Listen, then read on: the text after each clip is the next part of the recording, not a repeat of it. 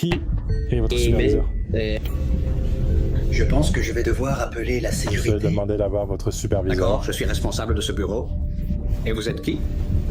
Je suis le Hey, superviseur. bon retour. Rejoignez-nous pour regarder notre dernière vidéo afin d'explorer les vérités cachées sur la corruption dans les forces de l'ordre. Après la résolution de sa peine et sa probation, il a activement cherché des informations concernant les dépenses de sécurité pour le stade. Son enquête l'a dirigé vers le Erie County Wrath Office, qui l'a redirigé vers le Erie County Attorney's Office pour formaliser sa demande. On va hier.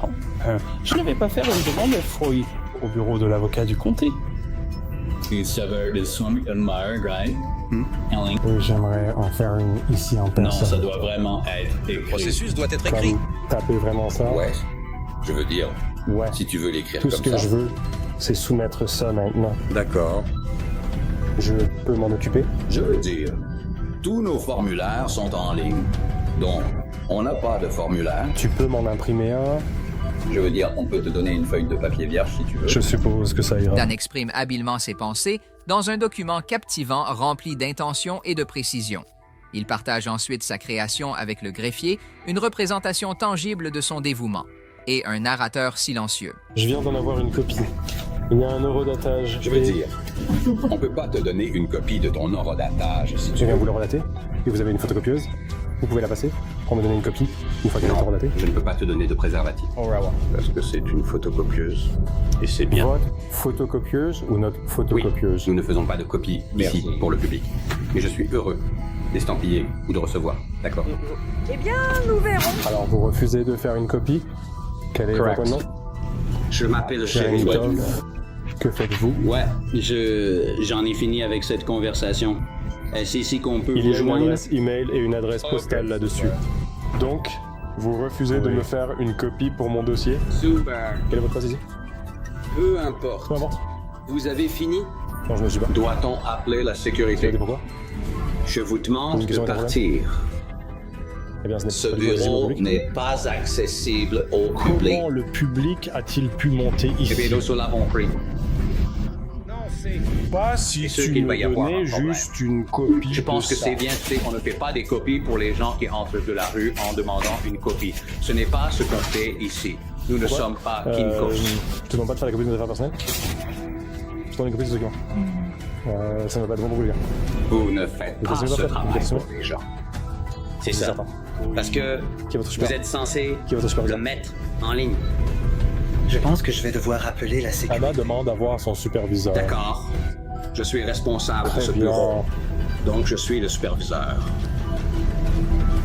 Alors, vous n'avez pas de superviseur qui L'exécutif du s'occupe du comté. budget? Vous pouvez aller dans tous les bureaux de l'exécutif du comté, mais je vais Avez-vous une appeler... carte de visite? Vous n'avez rien, hein? Après Non. que Dan ait publié une vidéo YouTube provocante critiquant l'avocat du comté, une vague de protestations publiques a suivi, inondant les autorités de plainte. Cette attention accrue a déclenché une réévaluation des conditions de probation de Dan, initialement conçues pour restreindre ses enregistrements et ses activités sur YouTube. Bien qu'un juge ait rejeté ces restrictions trop larges, basées sur les droits du premier amendement, des inquiétudes subsistaient que l'avocat du comté pourrait persister à défendre de telles limitations. Dans cette incertitude, Dan a choisi de se rendre au département du travail de Lockport environ un mois après sa rencontre avec l'avocat du Non, je n'ai comté. pas besoin d'aide. Je suis juste ici pour prendre des photos du hall. Ligne de péage. Oh, je suis désolé, je travaille sur le département du travail. D'accord, je ne sais pas. Faites-moi savoir si j'obtiens l'approbation rapidement. Je suis sûr que Et ça je va. veux dire, si tu veux un peu de craie, libre à toi, mais je te dis que c'est bon. Non, je me demandais juste avec qui elle avait vérifié pour s'assurer que j'étais autorisé à filmer ici, donc En fait, ce n'est pas allumé. on se revoit plus tard. Vous ne pouvez pas filmer dans le bureau. Ce Je bureau vais est devoir ouvert au vous public. demander si vous voulez. Ouais. Eh bien, alors il ne devrait pas y avoir de problème. Quel est votre but? Moi? Ah, je fais juste une enquête sur le département du travail ici pour obtenir des informations disponibles au public. D'accord. Eh bien, il y a des gens responsables de moi. Si vous êtes Non, je n'ai pas intéressé, besoin. on peut. Ils Je ne n'ai pas peuvent besoin rien de parler faire à qui que dans ce soit. le bureau. Je n'ai pas besoin de parler à qui que ce soit. D'accord, je ne peux pas vous laisser enregistrer. Puis-je avoir votre nom? Je m'appelle Jessica. Jessica. Où avez-vous été informé qu'il est interdit de filmer ici? Le public n'est pas autorisé à filmer à l'intérieur de notre... Eh bien, je n'entre pas dans votre bureau. Je suis juste dans la zone accessible au public. Je vais devoir vous le demander. Merci d'avoir demandé. Mais dès que j'aurai fini de prendre des photos des zones accessibles au public, je serai probablement en route. D'accord. Vous pouvez faire des photos de Je veux dire, c'est Julie. si vous avez besoin d'appeler la police, vous êtes plus que bienvenu. Mais le public est autorisé à enregistrer des vidéos dans les zones accessibles au public à cause du premier amendement de la Constitution. La police arrive-t-elle ici? C'est tout. C'est ça. Ouais, j'ai réussi à le faire. Je le porte Parce que j'ai presque fini mes affaires ici. On en a un peu fini. Je ne sais pas si j'ai pris ce panneau ici, mais je ne veux pas partir en courant si la police arrive. En seulement 10 minutes, une symphonie de sirènes a annoncé l'arrivée rapide des forces de l'ordre sur les lieux. Le récit en évolution a continué avec la présence policière, introduisant une tension palpable dans l'atmosphère. Pourtant, Donc ce n'est pas n'est vraiment pas comme ça que fonctionne la loi sur les intrusions en public. Urban et Silver de te retirer de la propriété, mais ils peuvent l'avoir. C'est comme si vous étiez dans un 7-Eleven ou quelque chose Nous comme ça. sommes dans un 7-Eleven. 7-Eleven est une entreprise privée. Correct. Comment ça va? Alors, s'ils ne vous veulent pas ici, quelle est la raison pour laquelle vous voulez rester? Eh bien, la vraie question est pourquoi il nettoie les fils métalliques? Parce que c'est accessible au public, c'est ouvert au public, et je suis juste ici, en public. Je comprends. Et nous n'allons pas boire ici, ni tousser ou quoi que ce soit. Bien sûr que non, parce que je devrais enfreindre la loi pour être menotté, donc... Ce nouveau superviseur, puis-je vous parler en privé juste pour voir ce qui se passe ici? Je serai avec vous dans un instant. l'atmosphère est restée cordiale entre les officiers jusqu'à ce que l'officier Stald se retire pour une discussion confidentielle. À son retour, un changement notable dans la dynamique est devenu perceptible. Donc, je pense que la principale préoccupation était juste la vie privée des gens. Oui, je sais. Et encore une fois, un peu de respect pour la vie privée des gens. C'est un lieu public. Ici, à l'arrière, ce n'est pas public. C'est pourquoi c'est sur rendez-vous uniquement. Donc, si vous avez un rendez-vous, c'est une chose. Si vous n'en avez pas, c'est différent. Vous avez presque fini? Je vais probablement vous laisser gérer ça. Puis-je avoir vos informations? Non, je ne veux pas laisser mes quatrièmes mémoires. Mais si je peux avoir un numéro de service, un numéro d'appel pour ça. Eh bien, dès que nous aurons terminé le rapport, vous êtes le bienvenu pour venir le récupérer, monsieur. D'accord. Donc, vous n'avez pas de numéro d'appel à dire. Quand vous sortirez, je vous suivrai. Si vous êtes prêt à partir, ça me va aussi. J'ai toutes les informations dont j'ai besoin. Ils comprennent que c'est un concept. Et ils ne peuvent pas virer quelqu'un pour se fermer la bouche. Je ne te force pas à partir, d'accord? C'est entré dans un numéro. Et j'ai toute l'information dont j'ai besoin ici. On continue? D'accord. Très bien. On va devoir parler à quelques personnes ici. Et puis si tu veux attendre, tu peux descendre. On peut te donner n'importe quel rapport dont tu as besoin. D'accord? Très bien. Merci pour ton temps. Au début, l'agent semblait réticent à fournir à Dan le numéro d'appel, probablement dans le but de lui créer des obstacles. Malgré cette résistance, Dan a persévéré, accompagnant les agents avec détermination jusqu'à ce qu'il obtienne le numéro d'appel essentiel nécessaire pour sa demande d'image de la caméra de Vous corps. n'avez pas un numéro de rapport, mais vous avez sûrement un numéro d'appel sur l'ordinateur. Vous pouvez récupérer ce numéro d'appel maintenant pour que je puisse le référencer comme votre... Tu ne vas pas donner ce numéro d'appel. Non, je te le donnerai sur cette station quand nous aurons complété les rapports. D'accord, pas de problème pour ça. Et vous, monsieur, puis-je obtenir ce numéro d'appel de votre part? C'est le même. Je sais, mais vous devez appeler si vous êtes sur l'ordinateur. Je peux lire le rapport, mais je suis plus qu'heureux de te donner le rapport. Tiens, sérieux, je peux obtenir ce numéro d'appel. D'accord. Voyons si je ne peux pas obtenir ce numéro d'appel, puisque vous ne voulez pas vous comporter. Et elle ne comprend pas. Réponse simple. Voyons, c'était le cas, appel mais numéro. le rapport n'est pas complet. Vous n'avez pas suffisamment de preuves ou quoi que ce soit. Nous serions plus qu'heureux de fournir ça. D'accord, je demande un numéro d'appel. C'est facile de se référer dans le numéro d'appel par rapport à cela. Eh bien oui, mais je ne peux pas l'obtenir maintenant, et tu es d'accord que je ne peux pas l'obtenir Monsieur, maintenant. j'étais plus qu'heureux de vous aider, d'accord? Mais je pense que vous êtes difficile. Cet incident illustre clairement le gaslighting, une stratégie manipulatrice employée par l'officier non professionnel. Prétendant être courtois, l'officier gênait sournoisement l'accès de Dan aux informations vitales requises pour le rapport et les séquences de la caméra corporelle, créant une situation confuse et obstructive. Ça se garde pas ça. Mais tu sais, c'est le bon C'est bon. C'est pourquoi tu devrais simplement me le donner maintenant. Je ne sais pas ce que Tu n'as pas de numéro d'appel pour venir ici. c'est court. Maintenant, tu as été envoyé ici. Pas jusqu'à ce que je rédige le rapport, d'accord? Et tu me donneras probablement ce rapport dès que tu descendras le récupérer. As-tu coupé ta caméra corporelle pendant que tu parlais là-dedans? Tout est là-dessus. Ouais. D'accord. Merci. Y a-t-il autre chose que je peux faire pour vous aujourd'hui? Non, c'est tout. Passez une bonne journée. Dan a appelé le numéro pour vérifier les détails avant de se rendre au bâtiment municipal le lendemain. Une fois sur place, il a officiellement demandé à obtenir les images de la caméra corporelle ainsi que le rapport complet. J'ai une demande de suivi ici. Une demande de suivi? Par ici. C'est une bonne chose. Merci beaucoup. Dans un tournant inattendu des événements, la quête de justice de l'agent Dan a subi un revers lorsque l'avocat de la ville et du comté a refusé sa demande de dossier, contrairement à l'assurance initiale donnée par l'agent. Indomptable, Dan a sollicité l'aide du déterminé Jeremy Toth, qui a travaillé à modifier les termes de la probation de Dan face aux accusations de harcèlement et de conduite désordonnée. Des spéculations circulaient, selon lesquelles les agents pourraient tenter de cacher des preuves de collusion dans les images de la caméra corporelle. Malgré cet obstacle, Dan a persévéré, contestant le refus au bâtiment municipal. Sans le savoir, il s'est retrouvé dans un complexe réseau de motifs cachés et de secrets, préparant le terrain pour une confrontation juridique captivante. Ouais, à 12. Je suis venu ici pour faire appel de refus de la demande. Est-ce que vous êtes familier avec le processus d'appel? D'accord. Est-ce que vous avez un document Oui, écrit? j'ai écrit un appel ici. J'ai l'original ici. Ce que j'ai fait ici, c'est que j'ai écrit l'appel ici. J'ai joint la copie de la lettre d'accusé de réception originale à celle-ci, et j'ai la réponse de refus là. Si vous pouviez juste estampiller l'appel et me donner une copie de l'appel. Je n'ai pas besoin d'une copie des 2 autres pages.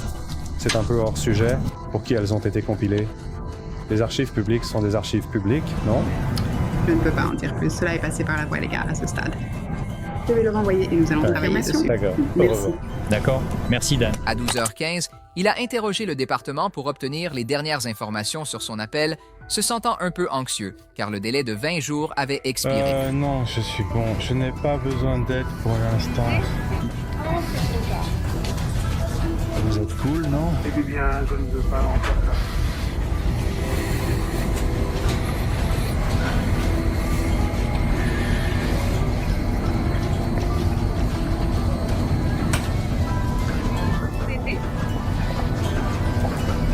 Monsieur, pouvez-vous simplement baisser le pare-soleil? Je suis juste ici pour observer la ville poursuivie. Sérieux? Je sais, mais des clients veulent venir au comptoir et vous êtes là. Je ne veux pas être enregistré.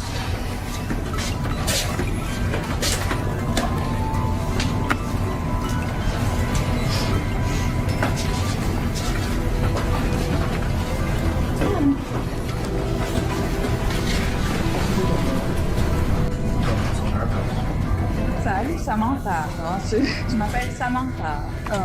Je suis ici de Justas. Je suis là pour vous remettre une assignation. C'est tout. Dan s'est poliment approché d'Emily Stoddard, qui se tenait à proximité, et a fait une demande courtoise pour une copie de la vidéo qu'elle avait capturée. Vidéo avec notre téléphone. J'aimerais demander cette vidéo. Je peux vous donner... Oui, je ne peux pas faire aucune demande complète. J'ai juste besoin de son nom.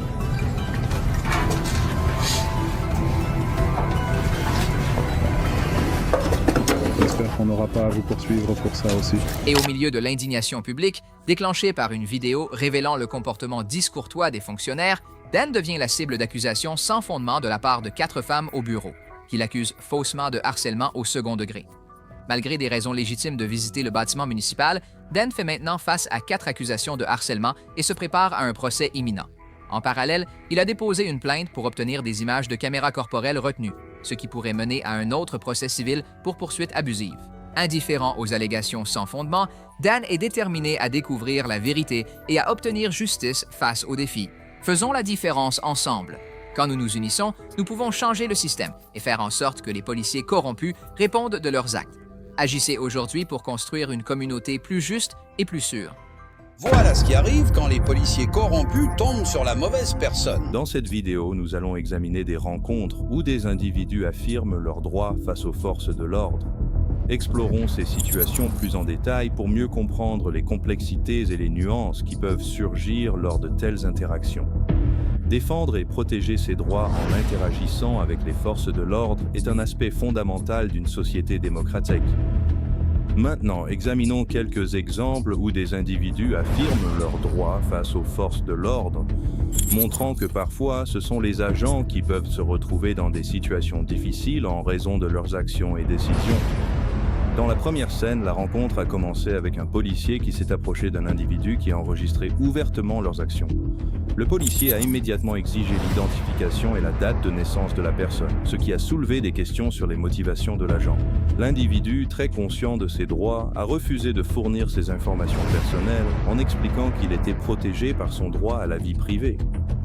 Malgré le comportement poli et respectueux de l'individu, le policier a continué à réclamer son identité et sa date de naissance.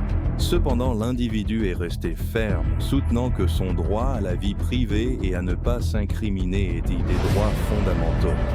Baissez votre caméra. Vous pouvez me filmer, mais les civils n'ont pas à être filmés. Nous verrons quand votre superviseur arrivera. Pourquoi continuez-vous à m'approcher? Allez dans la circulation. Je le soutiens s'il avait voté pour des éclats de... Au fur et à mesure de l'interaction, la personne a informé l'officier qu'elle diffusait la rencontre en direct à des milliers de personnes.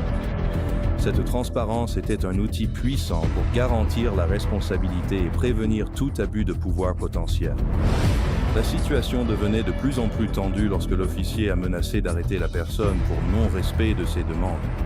La réponse de la personne était assertive, affirmant qu'il n'avait rien fait de mal et accusant l'officier de tenter de se venger d'eux pour leurs paroles ou actions précédentes.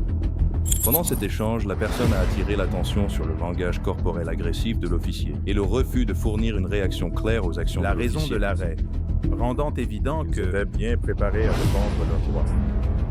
À la fin, l'officier a décidé de donner une contravention à la personne qui l'a laissé s'envoler symboliquement. Cette action soulignait l'engagement de la personne à défendre leurs droits et l'affirmation que toute arrestation compromettrait l'immunité qualifiée de l'officier. Dans un autre cas, la rencontre a commencé par un policier arrêtant un automobiliste. Le ton et l'attitude de l'officier étaient immédiatement peu accueillants et non professionnels, donnant un ton négatif à l'interaction. L'automobiliste, compréhensiblement mal à l'aise avec le comportement de l'officier, a demandé à connaître la raison de l'arrêt. Cependant, l'officier n'a pas réussi à fournir une explication claire. Le manque de transparence dans le comportement de l'officier a suscité des inquiétudes chez l'automobiliste, qui recherchait la clarté et le respect pendant la rencontre. La situation a pris une tournure inquiétante. Quand l'agent aurait traité l'automobiliste de perdant, une remarque non professionnelle et désobligeante. Bien que cela n'ait pas été filmé, l'automobiliste a affirmé que cette insulte avait eu lieu. L'agent a nié avec véhémence avoir utilisé un tel langage. À mesure que l'échange se poursuivait, l'automobiliste a pris l'initiative de demander la présence d'un superviseur, estimant qu'un officier de rang supérieur pourrait apporter une perspective plus raisonnable à la situation. Cependant, la conduite de l'agent s'est aggravée lorsqu'il a insisté pour détenir l'automobiliste pour avoir filmé près du véhicule de police, même si cela était dans ses droits. Un désaccord a suivi sur la légalité de telles actions, l'automobiliste citant la loi exigeant que les agents s'identifient sur demande légale. Cela a encore alimenté la tension entre les deux parties. L'interaction est devenue plus intense avec l'arrivée d'un autre véhicule de police, supposé être un superviseur. Cependant, l'agent original a continué à harceler l'automobiliste, affirmant que filmer était illégal. Finalement, la situation a pris fin lorsque des agents supplémentaires ont fourni leur nom et numéro de badge. L'agent original a quitté les lieux, mais pas avant qu'une interaction inconfortable et conflictuelle n'ait eu lieu.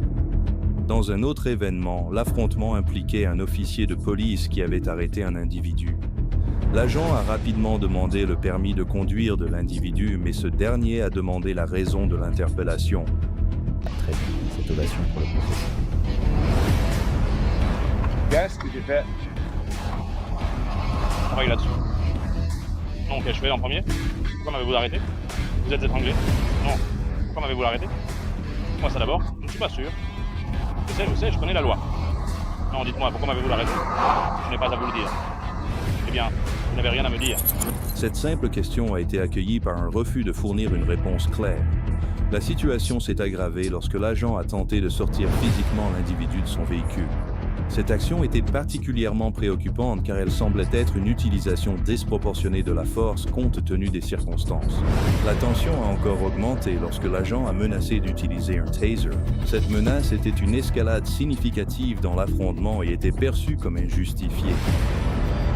Malgré la pression croissante, l'individu reste résolu dans son refus de se conformer à ce qu'il croit être un usage injustifié de l'autorité. L'individu a argumenté qu'il n'y avait aucune raison valable pour l'arrêt, soulignant sa détermination à défendre ses droits et à remettre en question les actions de l'agent. Cela a conduit à une impasse, les deux parties tenant fermement leur position. Finalement, l'agent a décidé d'émettre une amende à l'individu et a choisi de ne pas intensifier la situation plus avant, acceptant l'amende. Dans un autre cas, une personne conduisait son véhicule sur une route publique lorsqu'elle a été interpellée par un policier. La raison initiale de l'arrêt a été floue, car le policier n'a pas informé immédiatement le conducteur de la violation ou du but de l'arrêt. Ce manque de transparence a été une source de frustration pour le conducteur. En s'approchant du véhicule, le policier a exigé les papiers d'identité et d'immatriculation du conducteur. Le conducteur, pleinement conscient de ses droits, a demandé la raison de l'arrêt avant de se conformer aux demandes du policier. Il cherchait une explication claire de la violation qui avait conduit à l'arrêt. La rencontre a pris un tournant troublant lorsque l'agent a demandé au conducteur s'il avait des drogues ou des armes dans le véhicule. Cette question a soulevé des préoccupations concernant une saisie non justifiée, puisque l'agent n'avait pas établi de cause probable pour l'attaque. Justifiera ou fournira une raison légitime pour l'enquête. Le conducteur, défendant ses droits, a refusé de consentir à la fouille de son véhicule. Il a remis en question les motivations de l'officier et a insisté pour que ce dernier explique d'abord la raison de l'arrêt et toute infraction potentielle avant d'aller plus loin. Cette position de principe a souligné l'engagement du conducteur à protéger ses droits garantis par le 4e amendement contre les fouilles et saisies déraisonnables. L'instance continue de l'officier pour fouiller le véhicule, malgré l'absence de cause probable, a aggravé la situation. Le conducteur a fermement maintenu que l'officier devait respecter ses droits constitutionnels. Malgré l'échange tendu, l'engagement du conducteur envers ses droits a prévalu. L'officier a finalement décidé de délivrer une contravention pour une infraction mineure au code de la route, concluant l'incident sans fouiller le véhicule. C'est leur proposition. Et elle vient après que l'Oklahoma et la Floride ont adopté des lois qui peuvent punir les personnes pour avoir publié en ligne des vidéos incluant des informations personnelles sur les officiers. Valérie Castro avec maintenant la pression pour restreindre les enregistrements. Dans un autre cas, une personne exerçait pacifiquement ses droits du premier amendement en filmant une manifestation publique dans un parc de la ville. La manifestation impliquait un groupe d'activistes protestant contre un problème local. La personne qui enregistrait, qui sera désignée ici comme le filmeur, ne participait pas directement à la manifestation, mais était là pour documenter l'événement en tant que citoyen concerné et journaliste amateur. Alors que le filmeur capturait des images de la manifestation avec sa caméra, un policier l'a approché et a questionné sa présence. L'enquête de l'officier tournait autour de la raison du filmage et exigeait une identification. Le filmeur, conscient de ses droits, a calmement expliqué qu'il exerçait ses droits du premier amendement en documentant un événement public et n'avait pas besoin de fournir une identification sauf en cas de suspicion raisonnable d'activité criminelle. L'officier a continué à pousser le filmeur à s'identifier, suggérant même que filmer la manifestation pourrait être interprété comme un comportement suspect. Le filmeur a tenu bon en soulignant que l'acte d'enregistrer dans un espace public était protégé par le premier amendement. Il a également rappelé à l'officier qu'aucune suspicion raisonnable n'existait pour justifier une vérification d'identité. À mesure que l'interaction continuait, un deuxième officier est arrivé sur le lieu. Les deux policiers ont brièvement concerté, discutant apparemment de la légalité de la situation. Malgré leur scepticisme initial, ils ont finalement reconnu le droit du passionné de filmer la protestation et ont refusé de fournir une identification. Les 5 cas présentés soulignent collectivement l'importance primordiale de comprendre et d'affirmer ses droits lors de rencontres avec les forces de l'ordre. Indépendamment des circonstances spécifiques, ces cas mettent en avant l'importance de la connaissance personnelle, du calme et de l'assurance pour préserver les droits constitutionnels et garantir la transparence et la responsabilité dans les interactions avec les forces de l'ordre. Une leçon principale de ces cas est que la connaissance de ces droits est un outil puissant pour protéger les libertés individuelles. Ces droits incluent la protection contre les fouilles et saisies déraisonnables du 4e amendement, le droit de garder le silence et d'avoir un avocat présent lors des interrogatoires du 5e amendement, et la garantie de la liberté d'expression et le droit d'enregistrer des événements publics du 1er amendement. Ces droits sont le fondement d'une société juste et démocratique et servent de garde-fou essentiel contre les abus de pouvoir potentiels. De plus, Ces cas illustrent les divers contextes dans lesquels ces droits peuvent être exercés. Des contrôles routiers et interrogatoires policiers à la documentation d'événements publics et de manifestations. Les individus doivent être prêts à affirmer leurs droits dans diverses circonstances.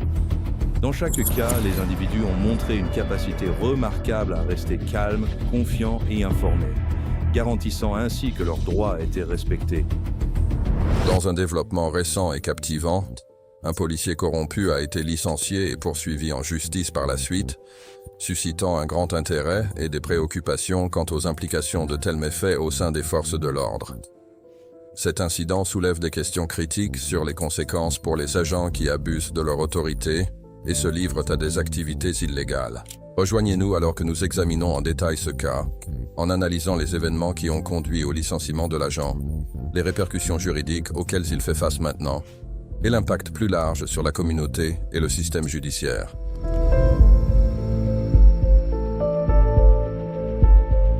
Le 3 décembre 2021, l'agent Teddy Dyer, l'agent Candace Miller et le sergent David Myrick du département de police de Eastridge dans le Tennessee ont répondu à une demande de contrôle de bien-être au domicile de Hallie Sherrard. À leur arrivée, ils ont trouvé Angie Sherrard, la mère de Hallie, assise avec son fils, Devin, dans un véhicule garé devant la maison. L'agent Dyer s'est approché du véhicule par le côté droit du siège passager et toute l'interaction a été capturée par sa caméra corporelle.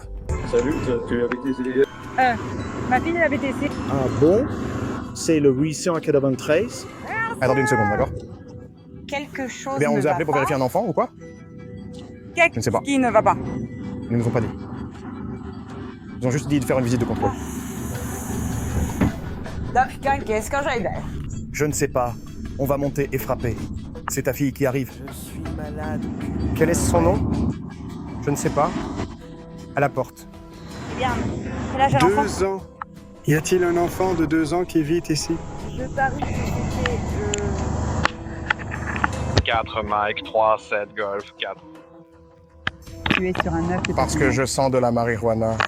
Je sens de la marijuana. Oui. Parce que tu sens de la marijuana, ça te donne le droit de vérifier ma Non plaque. seulement ça, je vais fouiller la voiture. Tu ne vas rien facturer. Oui, madame. Non, tu ne vas pas. Je te promets, Dan. Tu ne vas pas casser Non seulement mes tu droits vas perdre maintenant. tes droits à l'arrière de ma voiture. C'est ce que tu dis. Tu veux faire 51, tu vas avoir des ennuis. Conduis-la, Duncan. 50.0479. Quoi que ce soit. Tu t'assois là et tu me parles. Maintenant, Tu vas mettre je ça vais sur ma démarrer ta voiture voiture. et tu cherches ma plaque. Je vais tremper ton manteau. Je ne fais rien Je m'en d'autre fiche. qu'attendre que ma fille Je m'en revienne. fiche. Ta voiture va être fouillée.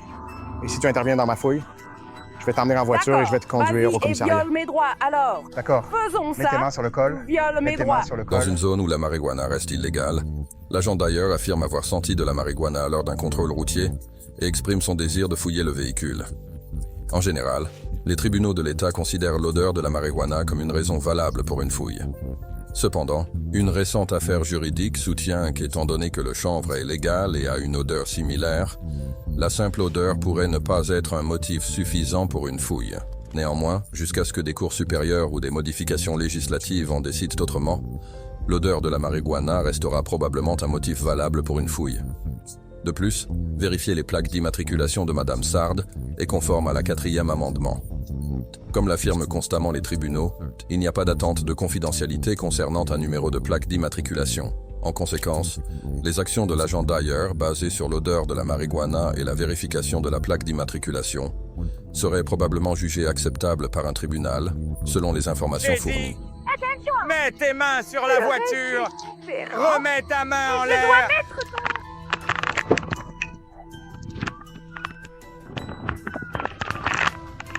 Je suis tellement étourdi maintenant. Il vient de boire mon... Tais-toi! Je suis Grover! À plus! Assieds-toi par terre! Fais ce que je fais! Oh mon Dieu! Je ne peux pas! Je suis trop grand! Tu es une femme! Et ça va! Je peux vivre avec ça! Tu veux que je t'échange comme ça? Tu vas te faire taser. Monte dans la voiture. Monte dans la voiture. Je monte dans la voiture. Ok, j'y suis. Une femme nommée Madame Girard a engagé une action en justice contre la police, affirmant qu'ils ont utilisé une force excessive lors de son arrestation. Selon son représentant légal, l'officier Dyer est accusé de l'avoir violemment plaqué contre une fenêtre de voiture, de lui avoir frappé la tête, menotté, puis de l'avoir encore maltraité en la poussant contre un véhicule de police et en lui tirant les cheveux. À l'arrivée de l'officier Simmons, il est rapporté qu'un taser a été utilisé sur Madame Girard, qui avait des difficultés à obéir en raison de sa taille. L'officier Simmons aurait omis cette information de son rapport, affirmant que Madame Girard résistait à l'obéissance, ce qui a conduit à l'utilisation du taser. L'évaluation cruciale de savoir si une force excessive a été déployée devient déterminante, s'alignant avec la norme de raisonnabilité stipulée dans le 4e amendement, comme articulé dans l'affaire Graham vs. Connor. Divers facteurs, y compris la gravité du crime présumé, la menace immédiate présentée par Madame Girard et sa résistance à l'arrestation, doivent être pris en compte. La contestation est posée que la force employée, en particulier l'incident du taser pendant la lutte pour entrer dans le véhicule de police, pourrait être jugée excessive. Cette considération surgit en raison des motifs peu clairs de son arrestation et de l'argument potentiel que son niveau de résistance ne justifiait peut-être pas de telles mesures, selon les normes légales établies. Ferme ta gueule avant que j'emmène ta mère en prison aussi. Je n'ai pas ça. Elle vient juste d'être arrêtée, bébé. Tu n'as pas besoin de l'arrêter. Va-t'en. Ne me pousse pas, fille. Qu'est-ce qui ne va pas chez toi? Qui l'a fait? J'ai besoin de savoir qui l'a fait. Qui a fait quoi? Qui a tasé ma maman? Elle n'a pas été tasée. Elle n'a pas été tasée. Alors pourquoi ai-je été tasée? Je vérifie le feu, je suppose. Pourquoi ne te préoccupes-tu pas de toi? Qui s'est soucié de ta maman? Je m'en fous! Tu veux agir comme une grande fille? Tu vas être traitée comme une grande fille. Donc je conduis en voie sa maman pour la faire monter dans la voiture. À part ça, elle va parfaitement bien. Ouais, non, elle fait juste des conduites envoyées. Mais je l'ai fait 2 fois. Je suis émotionnellement investie. Puis-je la prendre? Oui, j'adore quand tu fais ça. On va à l'hôpital. Je parle. Je te dis ce qui va se passer. Emmenez maman D'accord? pour conduite désordonnée. Résistance. Arrête.